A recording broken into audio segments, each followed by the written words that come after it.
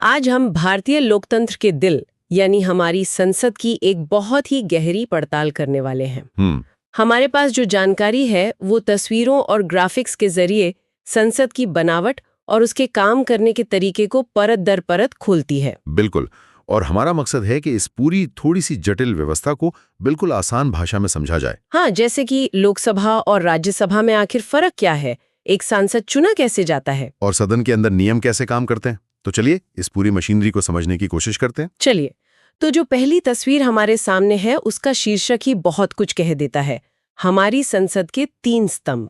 और यहाँ संसद भवन से 3 शाखाएं निकलती दिख रही हैं, राष्ट्रपति, लोकसभा और राज्यसभा। तो इसका मतलब ये हुआ कि संसद सिर्फ वो एक गोल इमारत नहीं है। आपने बिल्कुल सही जगह से शुरू किया।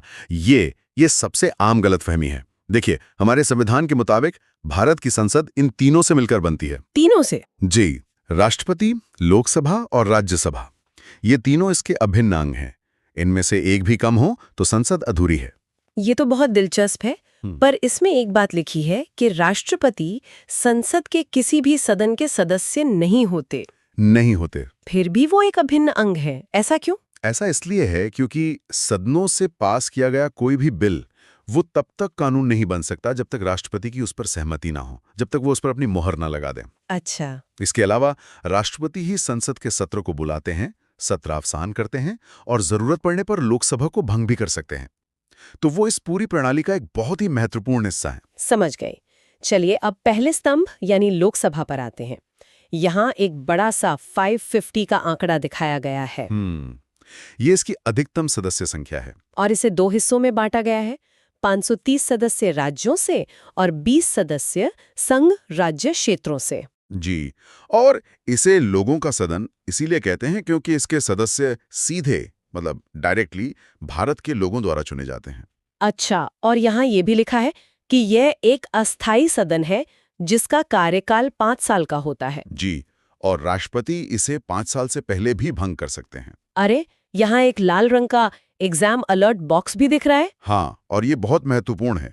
इसमें यह बताया गया है कि 104वें संविधान संशोधन अधिनियम 2019 ने लोकसभा और राज्य विधानसभाओं में जो आंग्ल भारतीयों को नामित करने का प्रावधान था, वो अब खत्म कर दिया गया है। बिल्कुल, वो अब समाप्त हो गया है।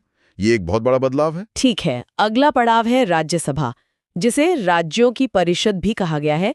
यहाँ अधिकतम संख्या 250 है। और इसका विभाजन भी काफी दिलचस्प है। देखिए, 238 सदस्य तो राज्यों और केंद्र शासित प्रदेशों का प्रतिनिधित्व करते हैं, जिनका चुनाव सीधे नहीं होता। हाँ, अप्रत्यक्ष रूप से होता है।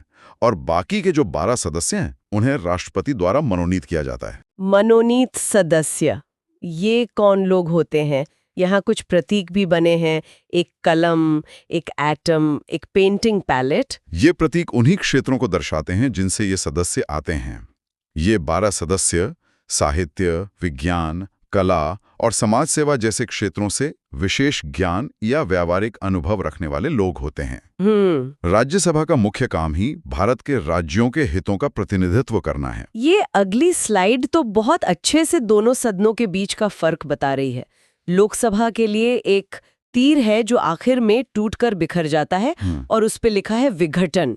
हाँ। और वहीं राज्यसभा के लिए एक अनंत मतलब इन्फिनिटी का निशान बना है। ये विजुअल बहुत सटीक है। लोकसभा का कार्यकाल 5 साल का होता है और वो भंग हो सकती है। वहीं राज्यसभा एक स्थायी संस्था है, एक परमानेंट बॉडी। इसका विघटन कभी नहीं होता। अगर सदन स्थायी है तो फिर इसके सदस्यों का क्या होता है? बहुत अच्छा सवाल है। इसके 1/3 सदस्य हर दूसरे साल सेवानिवृत्त हो जाते हैं, मतलब रिटायर हो जाते हैं।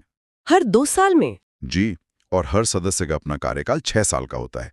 ये व्यवस्था सुनिश्चित करती है कि सदन हमेशा चलता रहे। यहाँ भी एक एग्जाम अलर्ट है। हाँ, और ये उसी बात को दोहराता है कि राज्यसभा एक स्थायी संस्था है जिसका विघटन नहीं होता, और यही बात इसे भारतीय राज्य व्यवस्था में निरंतरता का एक महत्वपूर्ण तत्व बनाती है। अच्छा, तो अब बात आती है कि सांसद बनने के लिए योग्यताएं क्या-क्या हैं। यहाँ 4 मुख्य शर्तें दी गई हैं। हाँ, पहली तो ये कि उसे भारत का नागरिक होना चाहिए, जाहिर है। दूसरी है उम्र, राज्यसभा के लिए कम से कम 30 साल और लोकसभा के लिए 25 साल। अच्छा, तभी राज्यसभा को हाउस ऑफ एल्डर्स भी कहते हैं। बिल्कुल। और तीसरी शर्त है कि उसे चुनाव आयोग द्वारा अधिकृत व्यक्ति के समक्ष एक शपथ लेनी होगी, और चौथी, उसके पास वो सभी अर्हताएं होनी चाहिए जो संसद समय समय पर निर्धारित करें। योग्यता के बाद अब बात अयोग्यता की। इस स्लाइड पर एक दस्तावेज पर अयोग्य की मुहर लगी दिख रही है। जी, संविधान और कानून के अनुसार कुछ आधार हैं जिन पर किसी सदस्य को अयोग्य ठहराया जा सकता है। जैसे अगर वो लाभ का कोई सरकारी पद धारण करता है, या विकृत चित्त का है, या फिर दिवालिया घोषित हो गया हो। इसके अलावा जनप्रतिनिधित्व अधिनियम 1951 के अनुसार यदि उसे कुछ चुनावी अपराधों में दोषी पाया गया हो। और एक और आधार है दल बदल, जिसकी चर्चा अगली स्लाइड में है, लेकिन इस पर अंतिम निर्णय कौन लेता है? इस स्लाइड में नीचे लिखा है कि इन निरर्हता संबंधी प्रश्नों पर राष्ट्रपति का निर्णय अंतिम होगा, लेकिन उन्हें चुनाव आयोग से राय लेनी होगी। हाँ, और वो उस राय को मानने के लिए बाध्य हैं। चलिए अब उस विषय पर आते हैं जो हमेशा चर्चा में रहता है, दल बदल कानून। यहाँ एक फ्लोचार्ट के जरिए समझाया गया है कि कैसे एक सांसद दल छोड़कर अयोग्य हो जाता है। हाँ, दल बदल कानून के तहत अयोग्यता के कई आधार हैं। जैसे कोई सदस्य स्वेच्छा से उस राजनीतिक दल की सदस्यता छोड़ दे जिसके टिकट पर वो चुना गया था, या फिर पार्टी के निर्देशों के विरुद्ध, जिसे व्हिप कहते हैं, उसके खिलाफ जाकर सदन में मतदान करें। यहाँ भी एक एग्जाम अलर्ट है। ये क्या कहता है? ये बहुत बहुत महत्वपूर्ण है।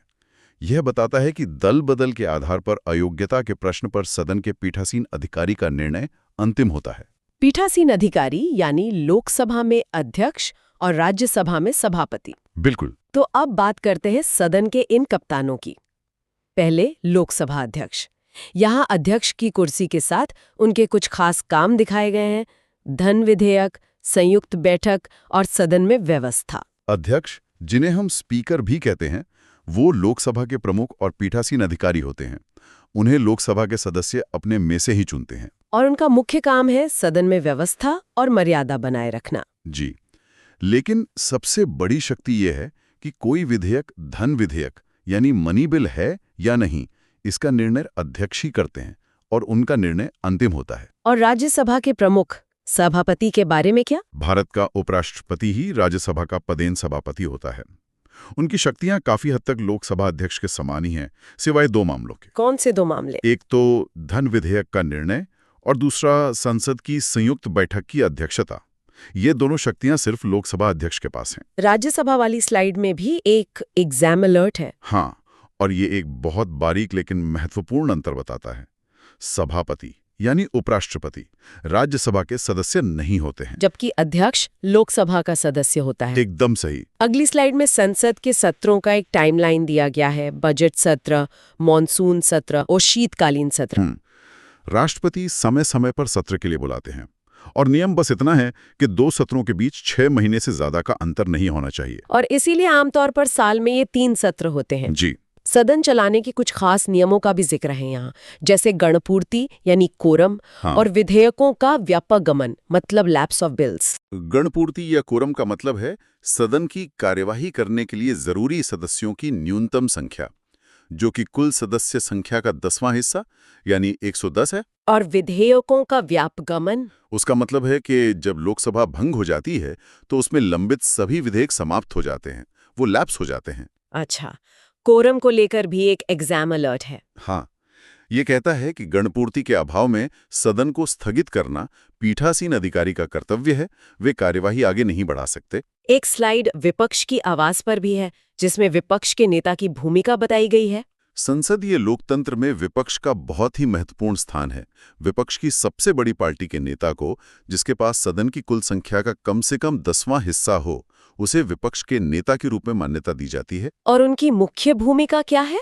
उनकी मुख्य भूमिका है सरकार के कार्यों की एक रचनात्मक आलोचना करना और एक वैकल्पिक सरकार प्रदान करना। और उन्हें कैबिनेट मंत्री के समान वेतन और सुविधाएं भी मिलती हैं। जी, ये उनके पद के महत्व को दर्शाता है। और अंत में एक स्लाइड है जिसमें संसद से संबंधित कुछ महत्वपूर्ण संवैधानिक अनुच्छेदों की एक लिस्ट दी गई है। हाँ, ये एक तरह का क्विक रेफरेंस है। जैसे अनुच्छेद 79 संसद के गठन की बात करता है, अनुच्छेद 80 और 81 राज्यसभा और लोकसभा की संरचना के बारे में है, और अनुच्छेद 110 धन विधेयक को परिभाषित करता है। तो ये थी भारतीय संसद की संरचना और कार्यप्रणाली की एक झलक। हमने संसद के 3 स्तंभों से शुरुआत की: दोनों सदनों के गठन और उनकी शक्तियों को समझा। और ये भी देखा कि सदन के भीतर कामकाज कैसे चलता है। हम्म। और ये समझना बहुत जरूरी है कि ये नियम और संरचनाएं सिर्फ अकादमिक बातें नहीं हैं, बल्कि ये हमारे लोकतंत्र की नींव हैं। सही बात है। संसद की हर कार्यवाही का देश के हर नागरिक पर असर पड़ता है। बिल्कुल। इसी सोच के साथ हम आज की चर्चा समाप्त करते हैं, लेकिन जाते जाते एक सवाल सोचने के लिए छोड़ जाते हैं। हमने दरल बदल कानून में पीठासीन अधिकारी के निर्णय को अंतिम माना है, लेकिन अदालतों ने कई बार इस निर्णय की न्यायिक समीक्षा की है। विधायिका के अधिकार और न्यायपालिका की निगरानी के बीच ये जो संतुलन है, ये हमारे राजनीतिक व्यवस्था की स्थिरता के लिए क्या मायने रखता है, इस पर सोचिएगा जरूर।